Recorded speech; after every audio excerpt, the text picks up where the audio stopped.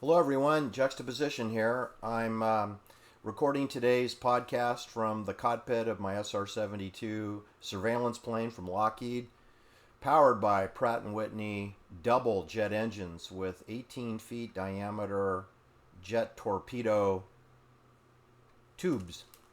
Anyway, I'm cruising at Mach 4. It's approximately 3,000 miles per hour. I've placed my high-performance plane onto autopilot so that I can bring you the latest in my analysis of the Jose Enrique Menendez professional assassination conspiracy plot hit, complete with the invisible hands, moving money around, concealing the sources and uses of money so that we can't figure out what the heck's going on.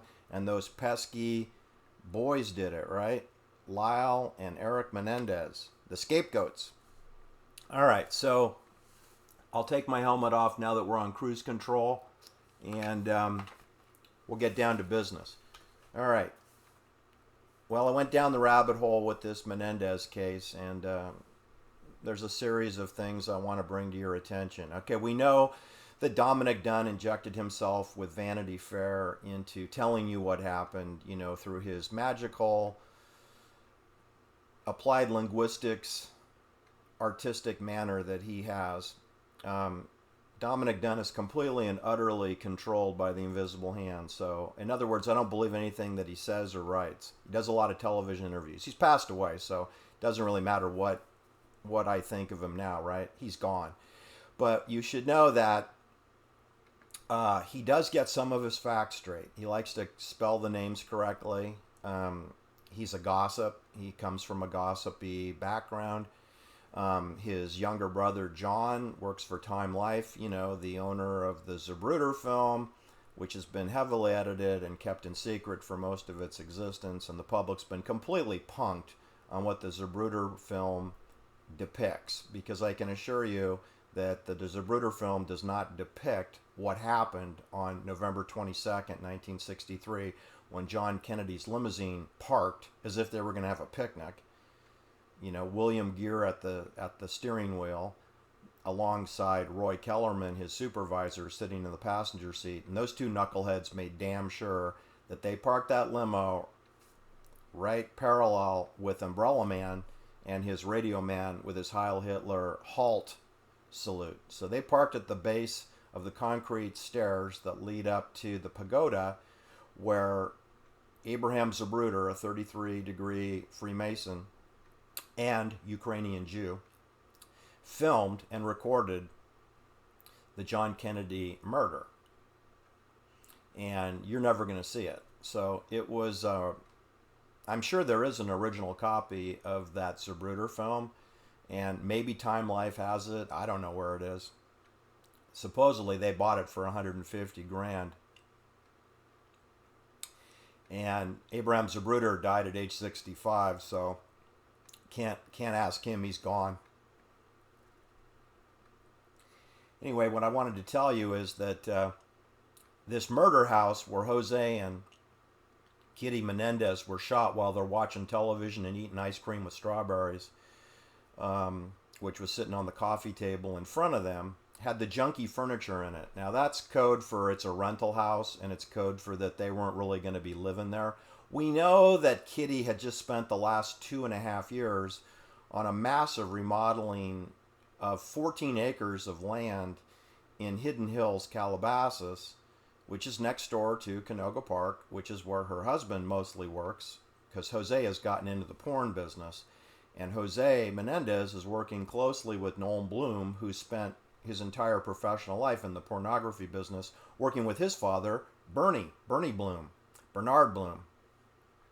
And Noel Bloom is the golden goose of Carolco Pictures, which owns and purchased Noel Bloom's business, Caballero Home Video, which is the golden goose of Carolco Pictures, except that they didn't want their name to be directly associated with porn, so they rolled it up into a new company that Noel Bloom had created for that specific purpose, called Live Entertainment, where you take the porn business, which is Caballero, and you roll it up with Monterey Home Depot or Monterey Home Video and ICE and some other international video entertainment, IVE, ICE, and a number of other non-porn video VHS production companies.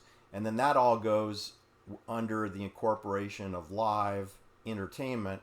And then Jose Menendez was named as the CEO and board of director chairman of Live Entertainment, which is the porn.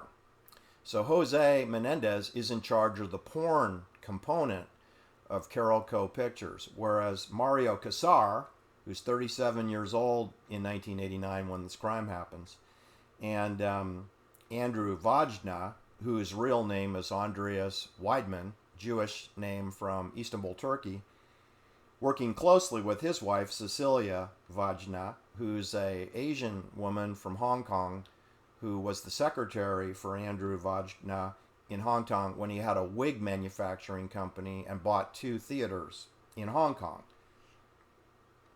It's very international. This Jew from Istanbul, Turkey, goes to Hungary, ends up in Cannes, partners with Mario Casar, then finds himself in Hong Kong making wigs, then coming back to Hollywood and having multiple offices on Sunset Boulevard in close proximity to where Art Linkletter's youngest daughter, Diane Linkletter, got thrown out of the Shoreham Towers. Well, Cecilia Wagner had an office approximately half a mile from there, and Andrew Wagner had an office literally 2 blocks from there, 0.2 of a mile, which, to help you out, that's about 350 feet away from where Art Linkletter's daughter was murdered. What you should know is that the home where the murder happened, 722 North Elm Drive, which Dominic Dunn so cleverly renamed Nightmare on Elm Street, except the thing is that it's not Elm Street, it's North Elm Drive.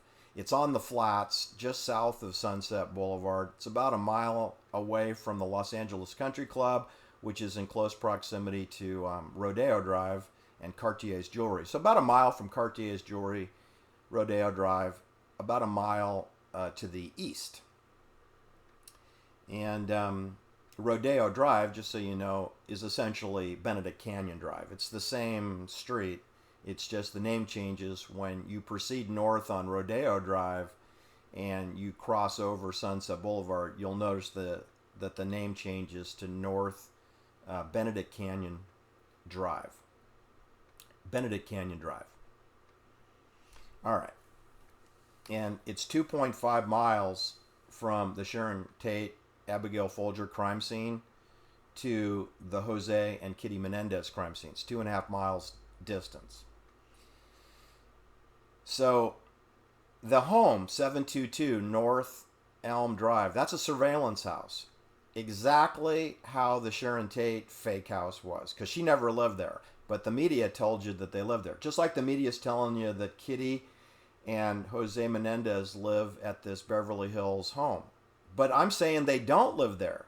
They have crummy furniture in that house. Why would Kitty spend the last 2.5 years on a 14-acre ranch in North Calabasas, Hidden Hills, where she's turning a 6,000 square foot home and ballooning it into a 9,000 square foot home and doing the landscaping for 14 acres and repositioning the swimming pool that's there 3 feet,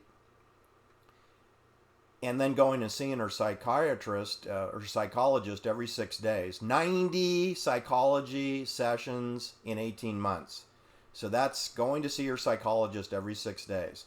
And that's all Kitty's got going because, see, she doesn't have anything going on. She doesn't work. And her eldest son, Lyle, is at Princeton, in Princeton, New Jersey, attending Princeton University. So he's gone on the other side of the United States.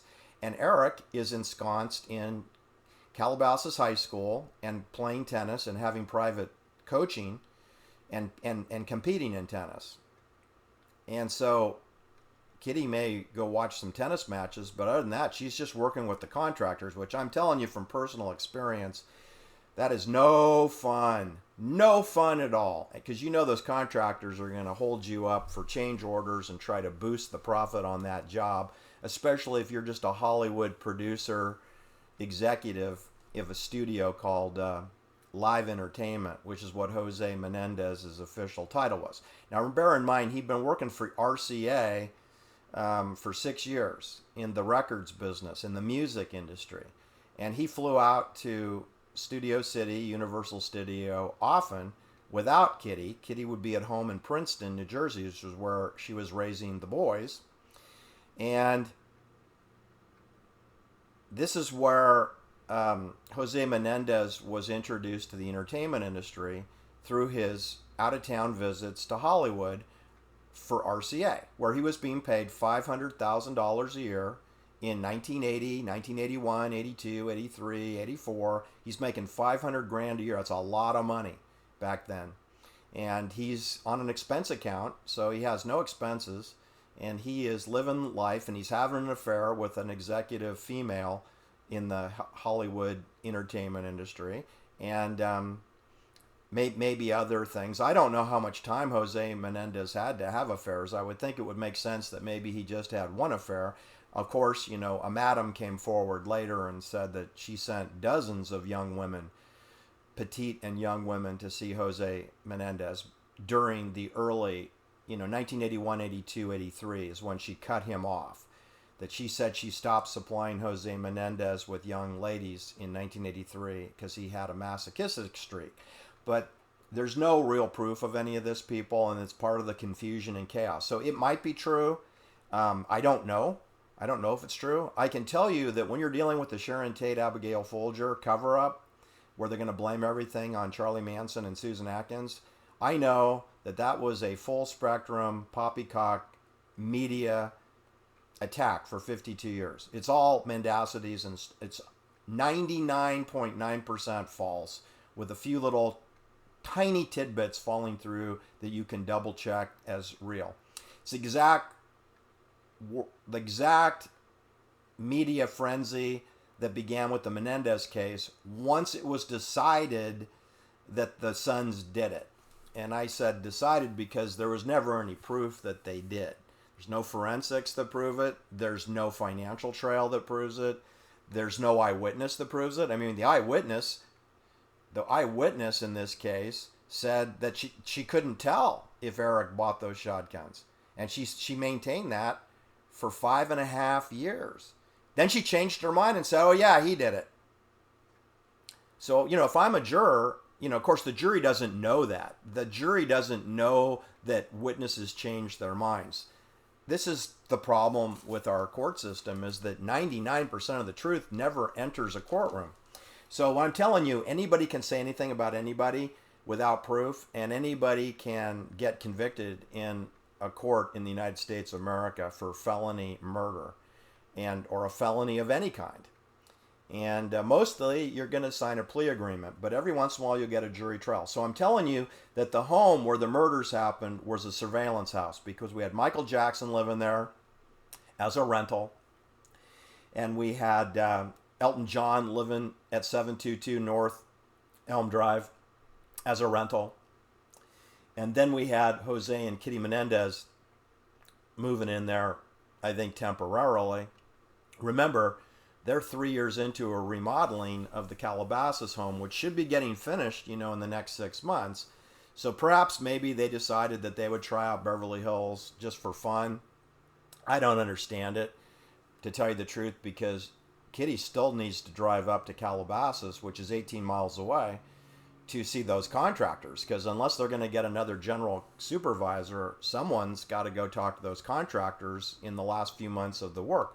So it doesn't make sense to me that you'd move Kitty from Calabasas, where they had a rental house, whilst Kitty was managing the remodeling of the 14-acre ranch, and then move into a half-an-acre surveillance house in Beverly Hills. So somehow, some way, Jose Menendez got lured into that house because, you see, it's a surveillance house, but it adds 15, 20 minutes to Jose's commute up to Canoga Park or Van Nuys.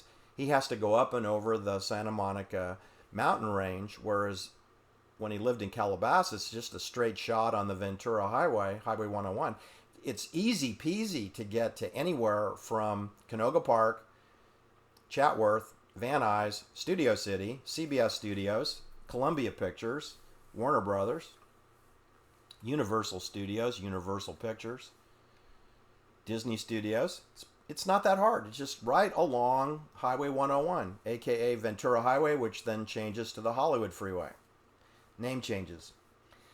What I wanted to tell you is that I think that the Jose and Kitty Menendez were put into a surveillance house so that they could be surveilled, right? And they could be murdered whenever the invisible hand decides. And so the night of the murder, which was a Sunday night, Lyle's and Eric's alibi was that they left the murder scene to go to Century City, which is not far. It's a little bit to the east. Not far. It's within a mile. To go see, they were going to see the James Bond film, which I think was called License to Kill. And they couldn't get in. It was sold out. So they went and saw the Batman film, which they had already seen that before. So they went and saw it again. All right. And then when they finished up with that film, which might have been like 9:30ish, they drove to Santa Monica, which would be, I don't know what road they used. They could have used the Santa Monica Boulevard, or they could have used Sunset Boulevard and drive right past their parents' house. But anyway, they passed their parents' house either on Santa Monica Boulevard or on Sunset Boulevard. And they go to what's called the Best of LA Festival, which was going on at a auditorium in Santa Monica, where they met friends that they knew, perhaps from Calabasas. Anyway, it was decided that they were going to go over to Marina del Rey, to the cheese factory, to have drinks. They were going to go have drinks at the cheese factory. And this is late. This is like 11:30 at night. So they remembered that, see, there's a problem for Eric Menendez because he's only 18 years old, right? So he can't get drinks. He's 18. But guess what? He has a fake ID that will say he's 21, but he left it at his parents' home. So before Lyle, who's 21, before Lyle and Eric, who's 18, can go to the cheese factory at Marina del Rey, where Dennis Wilson got murdered, where Natalie Wood was taken on a boat ride where she got murdered, Marina del Rey. That's where the cheese factory is. I've been there. I had a business meeting at the cheese factory. It wasn't a serious business meeting. It was more of a meet and greet type thing. Anyway, I wanted to tell you that they went back to 722 North Elm to get the fake ID, and that is when they discovered their parents, shotgunned to death in the television entertainment room of this house, 722 North Elm Drive. That's when they called the police, and then Eric went out on the front lawn and cuddled up into a fetal position and, was crying. And that was around midnight that the Beverly Hills police arrived over there. And anyway, that's the story that the boys told the Beverly Hills Police Department, that was their itinerary that Sunday night, that they went and saw the Batman film at Century City Theaters and the Century City Plaza, which I've spent a lot of time at the Century City Plaza. I've been there's two twin office buildings there. I've been in both of them. One of my firm's office was in the Southwest Tower. I used to turn my expense report in there when I was working in Hollywood, Beverly Hills area. And then there's a real upscale law firm in the other building that I also spent time in. And it was really nice. But the lawyers creep me out. But the office is, obviously they must be charging their clients a lot of money, because they had some pretty impressive decor. Anyway, that's where the boys went. There's a theater there. There's a Playboy club there also, which I've also been to. There's a Playboy club, or used to be. Not anymore, but there used to be. And that's where Ronald Reagan used to have his headquarters at the Century Plaza Hotel. That's on the property too. So you got office complex. You got an entertainment complex with Playboy. You got the Friars Club is there, which is partly owned by, Lord, what is his name? The old Hollywood character who would appear on Johnny Carson from time to time. Anyway, I forgot his name, but the Friars Club's there. There's been scandals associated with that. That's a surveillance place. I'm going to assume that the Playboy Club is a surveillance place. I know the Playboy Mansion's a surveillance place, but I'm telling you where the murder scene was, that's a surveillance home. And that is how the murderers would have known to go in to kill Jose Menendez, as they would have known the boys were off to go to Century City for a few hours. All right? And you only need 20, 30 minutes to commit the murder. So the killers would have been staying in a home in close proximity to the murder, and they would have come in through the back. There's an easement in the back or the side of the house. And they would have not been seen by the neighbors. All right. You should know that where Jose Menendez is working in Canoga Park, he's working closely with Noel Bloom, and he's working, I'm sure, spending a lot of his time on the Caballero home videos, which is the dominant source of money. And Noel Bloom is basically the same age as is Jose Menendez.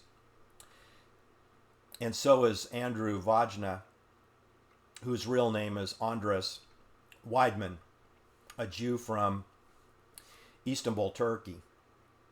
And you should know that he went off to Hong Kong to form a wig manufacturing company and had 3,000 employees somewhere in the Far East. And he bought 2 theaters. They ended up in Cannes, and he partnered up with Mario Casar in Cannes, which means the Invisible Hand put those two together, because Mario Casar is 8 years younger than Andras Weidman, who now goes by Andrew Vajna. And he marries his secretary from Hong Kong, Cecilia. So her name becomes Vajna. And then they partner with Mario Casar, and they end up in West Hollywood, and they end up in an office all together in close proximity where Diane Linkletter got thrown out of the Shoreham Tower. I mean, they're 0.2 of a mile away on Sunset Boulevard, right near the Comedy Club. And there they are, one big happy family, 1976 through 1986. So they got the Rambo First Blood deal. That was their first big film for Carol Co. Pictures. That was the partnership of Mario Casar and Noel Bloom. Then they hire Peter Hoffman, who is the same age as Mario Casar. He's actually about 6 months older. Peter Hoffman, another Jewish fellow, and he's hired to be the CEO of Carol Co. Pictures and take over the day-to-day operations and give Andrew Vajna and Mario Casar a little more free time. All right? And so almost immediately after employing Peter Hoffman in 1986, they hire Jose Menendez, who they must have been working with and knew already, because he'd been in Hollywood with RCA and making $500,000 a year. And they offered him a job, and he hemmed and hawed about it, and Kitty didn't want to move from Princeton, New Jersey. So then Jose doubled their offer, because they said they'd pay him the same salary as RCA, and he said, no, double it to $1 million. So they had came back and countered with they would pay that Mario Casar and Andrew Vajna offered Jose Menendez an $850,000 maximum performance bonus on top of the $500,000 base, so that he could potentially make $1,350,000. Anyway, he accepted that offer, and he and Kitty moved to Calabasas, where they almost immediately bought the 14 acres of land and went into a tear-down remodel of the home that was on the property, including moving the swimming pool a crummy 3 feet, and that was put in charge of Kitty. So Jose ends up spending most of his time with Noel Bloom, because his company was purchased at the same time that Jose Menendez was hired. So Jose was put in charge of the Noel Bloom situation. So this created an immediate tension between Noel Bloom, who's the same age as Jose Menendez, who's Cuban, and he's a real arrogant Cuban. You know, the Cuban that escaped Fidel Castro, if you believe that story in 1959, that he escaped Cuba. You know, unless he was on a Navy ship, I don't know how that could have happened out of Guantanamo Bay. Anyway, Noel Bloom doesn't get along with Jose Menendez. From the get-go, they got problems. Because, see, it's Noel Bloom's companies. He's the one it's all of his companies are rolled up into Live Entertainment, which has now made Jose Menendez the CEO and chairman of. But Jose Menendez didn't create any of the content. Noel Bloom is 95% of all the content that's in that company is Noel Bloom. So Noel Bloom thinks, hey, this is mine. But he's already agreed to sell the company to Carolco. So he's not in charge. But he's the creator. And some of that came from his father, Bernie Bloom. So you can see, so he's made a deal. He's made a deal with Andrew Vajna, and he's got to live with the deal, but he's not getting along with Jose. And Jose marches on up to Woodland Hills, where Jose fires 383,000 employees, which have got to have been related to the distribution arm having to do with Noel Bloom. Because, see, Peter Hoffman didn't fire those 385, so they're not Carolco. They're not Carolco direct employees. They're Noel Bloom employees. So this does not endure Jose Menendez with Noel Bloom, nor any of his 385 employees that got fired. Now, he retains 165 employees. He doesn't fire 100%, but he takes out 2/3 of them.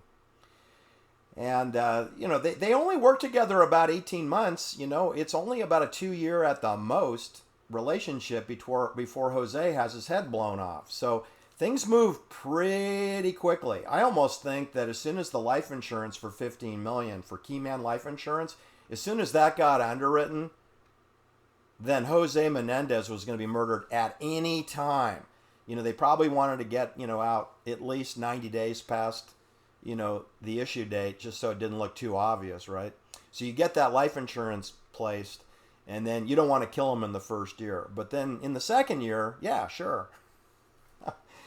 And that's kind of what it looks like to me. It kind of looks like they got that life insurance once they decided that they weren't getting along, or that Noel Bloom wasn't getting along, that Andrew Vajna and Mario Casar went forward with the life insurance for $15 million. And they're the ones who would own that and control that. Not Eric and Lyle Menendez. They're on a $400,000 term life policy. Who cares? That's nothing. But what I also want you to know is Andrew Vajna, Noel Bloom, Jose Menendez, Thomas Pollock, which we're going to get into, Thomas Philip Pollock, who becomes the president of Universal Pictures. Warren Braverman, that's 5. They're all the same ages of Abigail Folger and Sharon Tate. So if you can imagine if Abigail Folger hadn't been murdered, back in August 1969, she would possibly have to deal with these people. And I'm telling you, these people are very unethical. They're very greasy, and I think they're dishonest. And the reason that I base that on is that they don't get along with each other. And the reason is because they were put together by the invisible hand. The invisible hand, aka banking, private banking, put Mario Casar together with Andras Weidman, because I don't think those two would have ever formed a partnership unless they were told to, and that their company was sponsored by a bank. And that's how they got those fancy offices on Sunset Boulevard before they had First Blood Rambo. See, they're renting space in some expensive parts of Hollywood. And I think a bank's paying for it. And their first office was in a bank.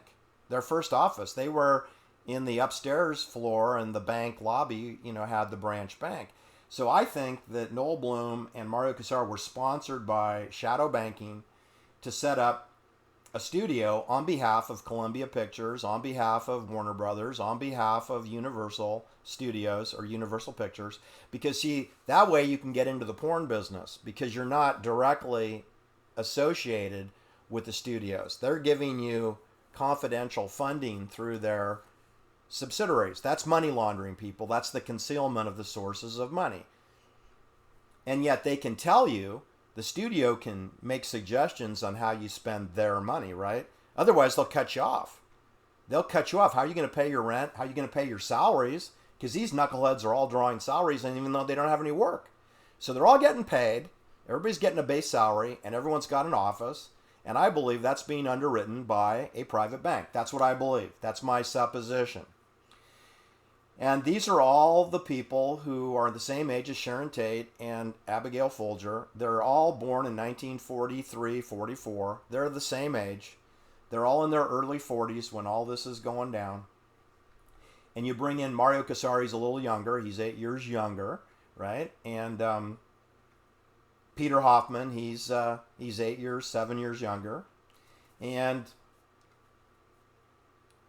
all right, so what happens next? So what happens is somehow, mysteriously, because they still don't know the answer, Jose and Kitty Menendez relocate from Calabasas, where it's the perfect setup to work in Canoga Park from there, and it's the perfect setup to supervise their remodeling of a 9,000 square foot home on 14 acres of land, but yet they move 18 miles away to Beverly Hills into a surveillance home, formerly of Michael Jackson and Elton John.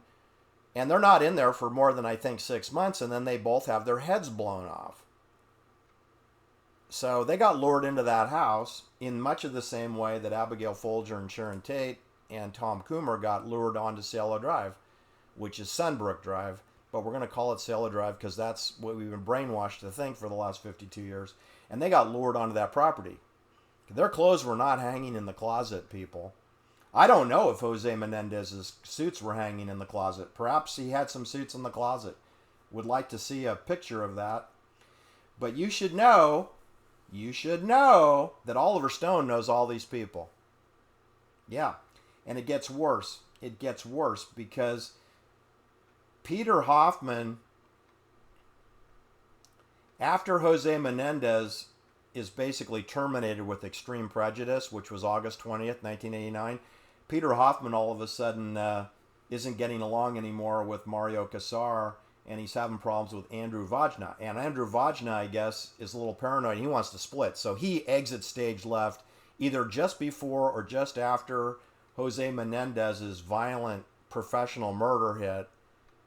Andrew Vajna officially sells his interest in Carolco Pictures, and he sells his interest to Mario for allegedly $100 million. Well, I'm going to call that a poppycock number.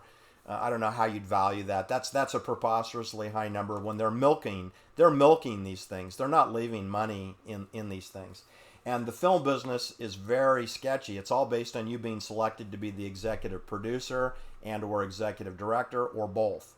And that's the hat that Oliver Stone wears, people. Writer, screenwriter, director, executive director, producer.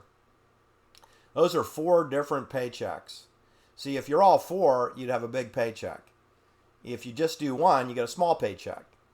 And it just depends on what your split is. But I always wondered how a guy like Roy Radin would be in the movie business working with former Paramount Pictures Vice President Bob Evans, on the Cotton Club, where Roy Radin was only 33 years old. That's right, I said 33 years old when he had his blown off. His head got blown off while working with Robert Evans, Bob Evans.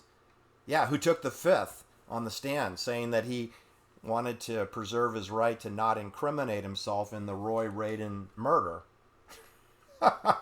And Roy Radin had an entertainment background, kind of in a circus vaudevillian way, but he had no film production experience at all. And he's making a deal involving hundreds of thousands of dollars with Bob Evans, who was kind of a minor executive over at Paramount Pictures, and he wanted to go off on his own. He's working with a 33-year-old circus director who knew Johnny Carson, who knew, George Gobel, who knew all the players. Don't know if he knew Oliver Stone. I would assume that probably their paths did cross, right? It's a small world. Then there's this character, Warren Braverman. He's the chief financial officer of Carolco Pictures. And he knows everything. He knows where the bodies are buried, and he knows how you separate out the porn component by using live entertainment, and you conceal your relationship with Columbia Pictures, which is the CBS Evil Eye, which Carolco Pictures and Mario Casar worked with Oliver Stone to get the Jim Morrison Doors distributed through Columbia Pictures and Carolco Studios. Oliver Stone. and that Oliver Stone's movie, JFK, right? It's my favorite of his pictures, of his films, JFK. And, well, I like Michael Douglas's Wall Street, and I liked Platoon, of course. But JFK is sort of a quasi documentary, but not really. But it's entertaining. And you should know that JFK was distributed through Warner Brothers and Carabello Pictures. So that's Oliver Stone, that's Warner Brothers, that's Mario Kassar. That's Oliver Stone, that's Columbia Pictures, that's Mario Kassar for The Doors. So not only do they know each other, they're sharing money together. They're splitting, they're taking splits of cash money. So they're business partners. I don't know if they're friends, but they're definitely business partners. We know Oliver Stone is very friendly with Timothy Leary, who's a career CIA agent, living at the crime scene where Sharon Tate was murdered at 10106 Sunbrook Drive. If you don't believe me, Google it. 10106 Sunbrook Drive. It's 30 seconds down the ice plant from where Abigail Folger was bled out, 28 M7 bayonet strikes. And there's Oliver Stone, parked his car right on the driveway there, right below the ice plant, to bring a get well card to Timothy Leary on St. Patrick's Day, which is an Irish Catholic holiday, Sunday, March 17th, 1996. There's Oliver Stone paying tribute to a CIA career LSD maven, Harvard department head of the psilocybin program, Timothy Leary. Tune in, turn on, drop out, Oliver Stone. Sean Stone's 11 years old when that happened. True story. Check it out. These people all know each other. They all know each other. So after the Jose Menendez murder, Peter Hoffman is a little nervous. Andrew Vajna bails out. He pulls his ripcord and gets paid some undisclosed amount of money for selling his interest to Mario. Noel Bloom is getting antsy because he doesn't know if he's going to get his full payment, because you know they did it on credit probably. Noel probably didn't get all his money up front.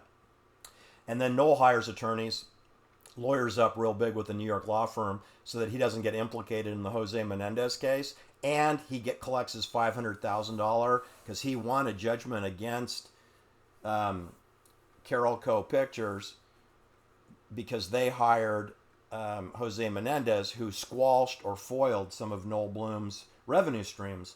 So basically, Noel Bloom had a legal problem with Jose Menendez, but he concealed it by suing the employers of Jose Menendez, and he won a $500,000 judgment. Now, in the whole scheme of things, $500,000, while that is a lot of money, that's like a couple million in today's dollars, but the point is that it's not a lot compared to $15 million of life insurance, which Mario Kassar and Andrew Vajna would be collecting on Jose Menendez. That is a ginormous number, 15 million. Now you're up there in the Arnold Schwarzenegger, Michael Douglas area, and it's tax-free, so it's actually double. It's like double what Michael Douglas would have got. It's double. So it's a serious amount of life insurance, and it makes sense that you'd want the Lyle and Eric Menendez to be found guilty, because then that takes you out of the legal realm for the life insurance company, and they have to pay your $15 million because, hey, we got the killers over here. The thing is that the boys didn't get convicted till 1996. That's 7 years after their parents' murder. So I'm not sure how long it took to get that $15 million. I have a feeling that the life insurance companies would have gone real slow on that. But then, so Peter Hoffman bails out. He gets a $1.8 million severance package and walks right over to Paramount Pictures to get an executive. No, take that back. Peter Hoffman starts his own company called Peter Hoffman Productions, and it gets renamed Seven Arts Pictures. It's Peter Hoffman Productions, Seven Arts Pictures. He gets $1.8 million from Carabello, and he starts his own company. And then Mario Kassar declares bankruptcy after Andrew Vajna leaves, which might be a way that he doesn't have to pay Andrew Vajna his full sale price. He bankrupts the company in 1995, and Mario Casar walks over to Paramount Pictures to get an executive job, where he is hired by none other than Sherry Lee Dull, who goes by Lansing.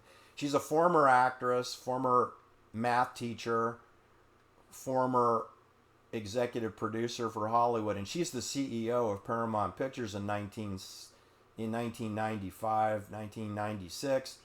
And she's the same age as Jose Menendez. She was 45 years old when Jose Menendez was murdered, and she's about 50 years old when she offers this position to Mario Casar, who is now 42 years old. And I find this very suspicious. If you drill into Sherry Lee Dull, why did she change her name to Lansing? She's been married twice, so she has two other names.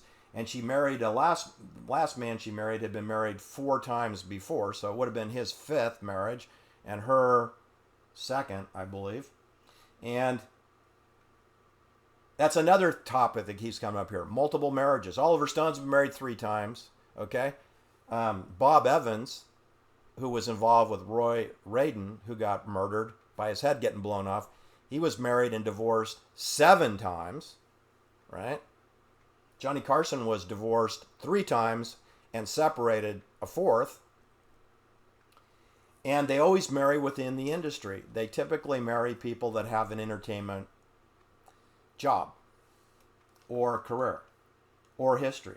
And that was true with Peter Hoffman, because his wife, Susan, is very involved with getting tax credits from locations for film shoots. And anyway, they go down to New Orleans where they're going to film a movie which has another Oliver Stone partner whose name is Michael Arata.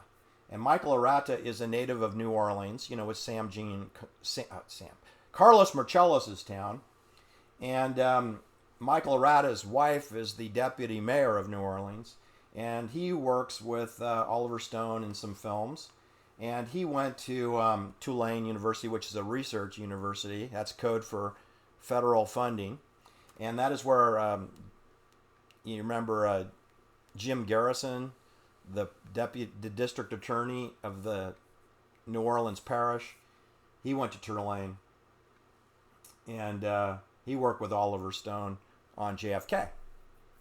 Anyway, Michael Arata partners with Peter Hoffman and Susan Hoffman, and they end up finding this really nice mansion in New Orleans, which they promise that they'll fix it up, you know, for the film, and then turn it over to the city as a historical. It's a historical home mansion, and they would turn it over as a film production company so that the city can turn it into an economic machine for Hollywood South. That was how it was built, Hollywood South. So they end up collecting $1,100,000 worth of Louisiana state tax rebate credits, which can be converted into cash. And then a whistleblower employee of the Hoffmans, of their Seven Arts Pictures, who's from London, because the owner of the owner of Seven Arts Pictures is in London, England, which is code for British intelligence. And one of their people, because you know they always assign their own people when they provide the financing, so blew a whistle on Peter Hoffman. I guess they had a falling out and said that they were fraudulently scheming to get those tax credits because they really weren't spending the money to remodel the mansion. So turns out there's a criminal lawsuit, and Peter Hoffman, his wife Susan, and Michael Arata, they're all convicted in 2016. They're all convicted. Let me just read you the truth of that matter. Okay, so guilty verdict was returned. They had a jury trial. Guilty verdict returned against Peter Hoffman, Michael Arata, and Susan Hoffman for fraudulent film tax credit scheme, which they also did in other cities, but we're not going to get into that. A jury found Peter M. Hoffman, age 65, of Los Angeles, guilty on all counts, 1 through 21 counts, including a variety of substantial mail and wire fraud. That's whenever you transfer cash in a fraudulent manner on a fraudulent basis. In total, Peter Hoffman faces 405 years in prison. Michael P. Arata, who's 49 years old, of New Orleans, he was convicted on counts 7 through 13, and 21 through 25, which includes 4 counts of making false statements to investigators. He faces a maximum sentence of 185 years in prison. And lastly, the jury found Susan Hoffman, age 69, of New Orleans, guilty on counts 1, 11, and 21, for which she faces 45 years in prison. All right, so that's what their sentence was. But of course, they brought in a Jewish federal judge, and he watered the whole thing down to, in the next couple of years, the 400 years in prison got converted into a $40,000 fine and 300 hours of community service for Peter Hoffman. And his wife, Susan, she got $10,000 fine. He has to pay a $10,000 fine and do 150 hours of community service. And Michael Arata, I don't have his, but he probably had to pay a $20,000 fine and do, 250 hours of community service. So that's a long way from spending the rest of your life in prison, right? These are the people that Jose Menendez was working with. He was working closely with Peter Hoffman, who was the CEO of Carabello Pictures. He was working closely with Noel Bloom, the purveyor of porn, who's suing him for illegal business practices. And Noel Bloom won. The porn purveyor won. He's working with Andrew Vajka. He's working with Mario Casar. And where do they go when the show blows up? They run over to Paramount Pictures, where Sherry Lee Dahl Lansing gives you a job. See, it's a revolving door. You see, people, it's a rotating, revolving merry-go-round of executives from Warner Brothers, Columbia Pictures,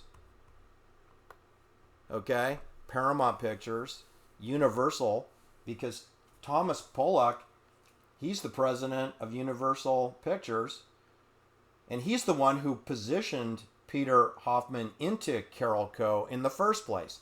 And who's Thomas Pollock? Well, I'll tell you. He's a Jewish boy from Los Angeles who went to the Happy Valley boarding school in Ojai, which is 4 miles south of the Thatcher boarding school for boys, which is where the Catholics go. And the Jews go to the Happy Valley School in close proximity, which is the east part of Ojai. It's about 4 miles from the east end of Ojai, the little artist town there. And then Thomas Pollock goes from Ojai indoctrination. I personally know people that went to the Thatcher School, and they're Roman Catholic, and they went to Stanford University, and then they were in the Bohemian Club, and they're in elite level banking.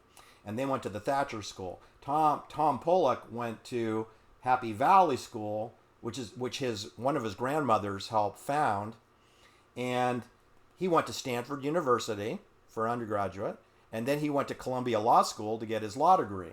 And Columbia is where, Jerzy Kaczynski CIA Spooksville School, where Dwight Eisenhower was the president of Columbia College University for like 5 years before he became president. Anyway, Columbia University, Spooksville, USA. And that is where Tom Pollock went and to get his law degree. And then he went immediately back into the entertainment industry. And he becomes the president of Universal. And he knows, personally, Peter Hoffman, who is a felon convicted of multiple felony charges of tax fraud. So, had Jose Menendez not died, or had Abigail Folger not been murdered, they perhaps would have been working with Peter Hoffman and Tom Pollock, who's the same age as Jose Menendez, and perhaps they would be working with Mario Casar, and they would be working with Oliver Stone, and they would be working with Andrew Vajka, and perhaps they'd be working with Michael Arata. You see, some people get eliminated. Sharon Tate got eliminated. Diane Linklater got eliminated. Abigail Folger, private banker, she got eliminated. Okay? Roy Radin, he got eliminated at age 33. Art Linklater's son-in-law, John Dwyer, he got eliminated at age 33, right? In the same zip code where Andrew Vajka has an office. And that's the same zip code that Dominic Dunn's daughter got strangulated. Right there. That's where Rebecca Schaefer got shot with a .357 Magnum. It's the same neighborhood that Lino LaBianca got bayoneted 10 times to his chest. It's not too far. That's where the Will Smith bitch slap with Chris Rock. That's where that happened. That's where Lindsey Pearlman died of an overdose of sodium nitrate. Right there in Runyon Canyon. It's walking distance. That's where Ashley Ellerman was bayoneted 47 times by the Dolby Theater, by the Magic Castle. That's where Janis Joplin went bye-bye. Right there. That's where Charlie Manson had an apartment. Right there. That's where Charles Watson had an apartment. Right there. That's where Bernard Crowe had an office. Right there. You see a trend here, people? All right, thanks for listening.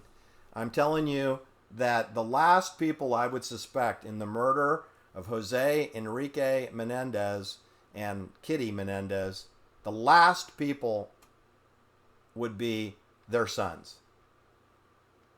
Doesn't make any sense. Lyle never spent any time in Beverly Hills. He was there the night they got killed, okay? And they're under the spell of a crazy psychologist, Jerome Oziel, and his wackadoodle patient girlfriend, who's the person who implicated the Menendez brothers. It was the Judea Smith who implicated the Menendez brothers. She doesn't even know them. She doesn't even know them. That's Linda Kasabian. She doesn't know Charlie Manson. She just was positioned into that trial. She's like out of central casting. Anyone can be framed and anyone can be convicted in a courtroom in the United States. Take care. Bye-bye.